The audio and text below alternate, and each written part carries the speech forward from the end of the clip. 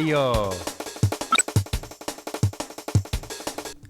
As we all know, Super Mario 64 revolutionized the gaming industry and shaped the perception of 3D gaming forever.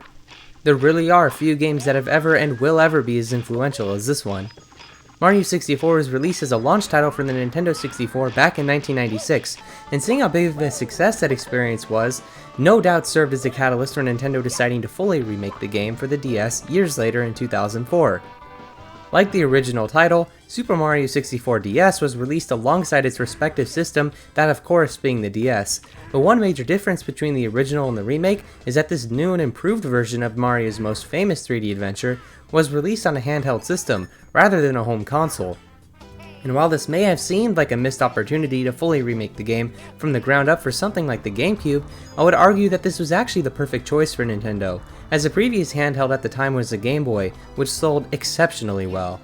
Therefore, remaking Mario 64 for the DS was a genius decision because it caused excitement and wonder as to how such a little device could run something as big as Mario 64. I mean, this was seriously a huge deal at the time. You gotta remember that the Game Boy was incapable of running fully 3D titles, so the thought of being able to take Mario 64 with you wherever you went was enough to cause massive hype for the system. And this isn't just some ordinary remaster, no. Super Mario 64 DS adds so much to the original experience that even to this day, I am shocked Nintendo was able to fit this entire game onto their tiny little system. The most notable change before even booting up the game is that rather than just playing as Mario, there are now 3 additional characters, those being Yoshi, Luigi, and Wario.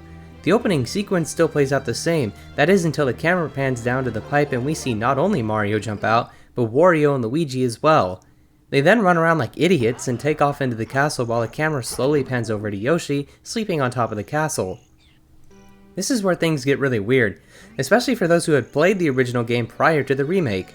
Instead of starting the game as Mario, you're actually forced to play as Yoshi, who is informed that Mario, Luigi, and Wario were actually kidnapped. This is actually a really cool twist as it not only switches up the gameplay, but it gets the player used to the controls of a character other than Mario.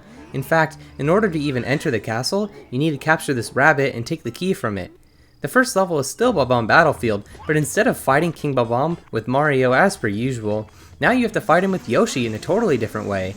He now throws bombs at you which you must eat and throw back out in order to defeat him. This is one of the most interesting decisions with Mario 64 DS, that being the choice to completely switch up some of the original stars, therefore requiring a totally new method of completion. In my opinion, this can work in both negative and positive ways. Take for example, the race with Koopa the Quick. He refuses to race anyone other than Mario, but at this point, you wouldn't have unlocked him yet, so you need to track down Mario's cap within this stage and put it on to transform into Mario, which then allows you to race Koopa the Quick.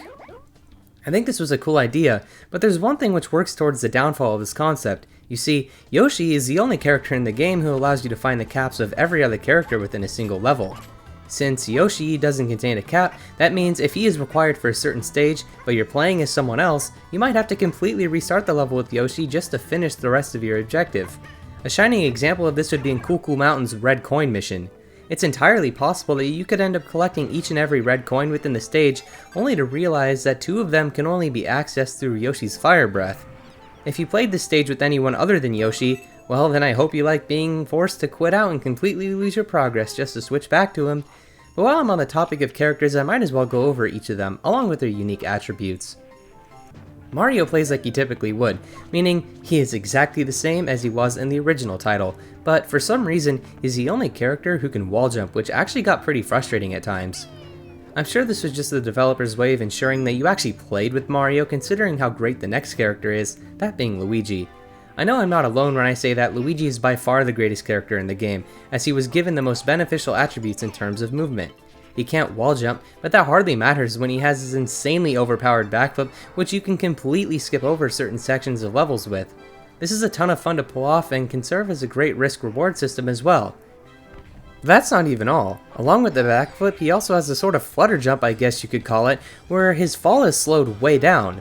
This could also help out greatly in certain portions of a level, especially when needing to cross large gaps. Lastly, for some reason, he can walk on water for a few seconds, which is almost completely pointless and makes no sense at all, but it's still a cool addition, and I just laugh at how insanely useless it is. I mean, I guess it could be useful in Wet Dry World at times due to the rising water levels, but that's about it. Next up we have Wario, who, yeah, he just sucks honestly. His movement is absurdly slow, and don't even get me started on the swimming. Oh my god. Literally his only useful attribute is his strength, which can be used to punch open these big black boxes seen throughout most stages. He really only serves as a key to get certain stars, rather than being an enjoyable addition to the game. Lastly, there's Yoshi, who I already touched on briefly, but there's a bit more to him than what I previously mentioned. For starters, he of course has his infamous flutter jump, but he can also eat enemies, turn them into eggs, and he has fire breath. In a way, Yoshi is the best character in the game simply because the game allows you to choose the caps of any player upon starting a level with Yoshi, so you can literally start each stage with whatever character you like, rather than having to swap them out individually. So that's it for the characters, but there is one unique thing that each of them possess, that being a Power Flower ability. For some reason, you can't find specific boxes containing the Wing, Vanish, and Metal Cap. Nope, now every cap is delegated to a certain character in the form of a Power Flower. For example, Mario's Power Flower is the Wing Cap, meaning he is the only one who can use it.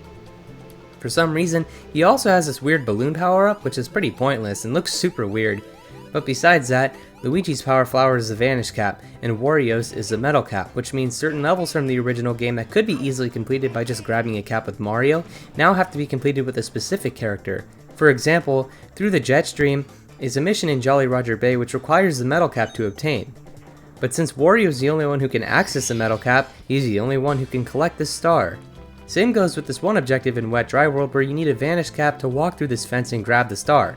As you may have guessed, Luigi is the only one who can finish this mission. Yoshi is the only character with a totally unique power-up, that being the aforementioned Fire Breath. This looks really cool on paper, but in execution, it's only used in like 2 levels, so it's ultimately pretty useless. So yeah, overall, I think the addition of all these characters is a very nice touch, and they do serve to mix the gameplay up in some very enjoyable ways. However, there are certainly some areas which the developers could have handled this concept better, such as not forcing certain characters upon the player just to collect one of the 2 unique stars within a stage. But the new additions to this remake go far beyond the addition of just Yoshi, Wario, and Luigi. One area which was really well done was the brand new stages within the game.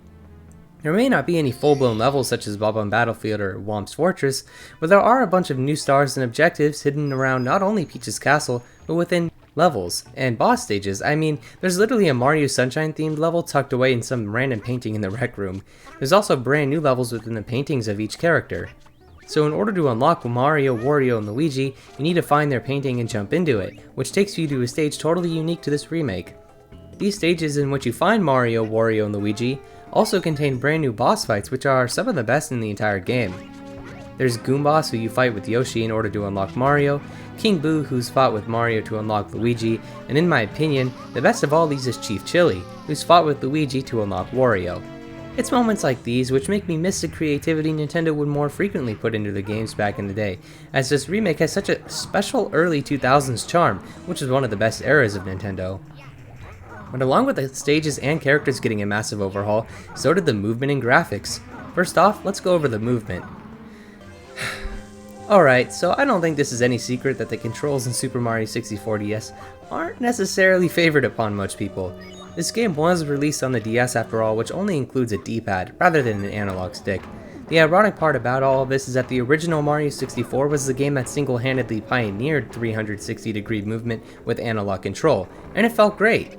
This is why the choice to put it on the Nintendo DS baffles me, as controlling this game with the D-pad just flat out feels terrible, and while it's definitely doable, it just doesn't come close to the level of accuracy that the original title had. You can play this on a 3DS with analog controls, but since the game itself was designed around D-pad movement, it still feels off as the character always strafes back and forth, which just feels off. However, one thing I do like is how there's now a run button.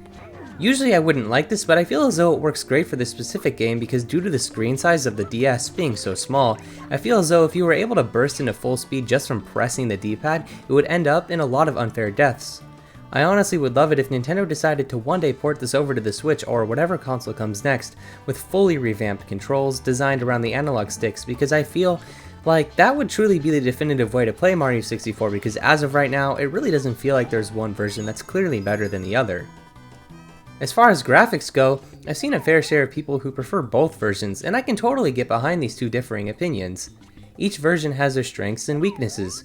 For example, the lighting system in the original game looks far better in my opinion, as the DS game can look a bit washed out at times. But overall, I do think 64DS looks better due to the fully remake character models, which actually look like their artwork depicts them as. Gone are the days of blocky polygonal character models, so I think it was a great choice of Nintendo to shape these characters into what they are actually supposed to look like.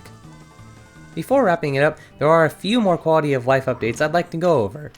The 100 coin missions are still here as we expected, but the number of coins per level has actually been increased, meaning stages like Jolly Roger Bay are much more doable and overall more enjoyable now, which is one decision I'm very glad was implemented, as I feel like the original just didn't place enough coins in most of the levels.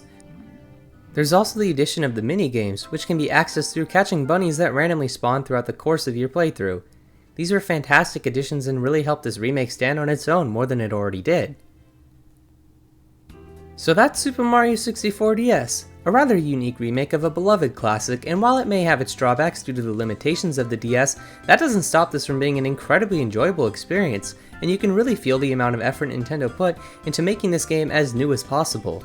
It truly does stand apart from the original, and both can be enjoyed as completely different experiences, as it really just does come down to the preference as to which version you'll end up enjoying more. Hopefully one day, we'll see a port of Mario 64 DS with all the bells and whistles that come with being released on an actual home console, rather than a handheld. But that's gonna do it for this video. I hope you enjoyed it, and as always, thank you so much for watching, and I'll see you in the next one.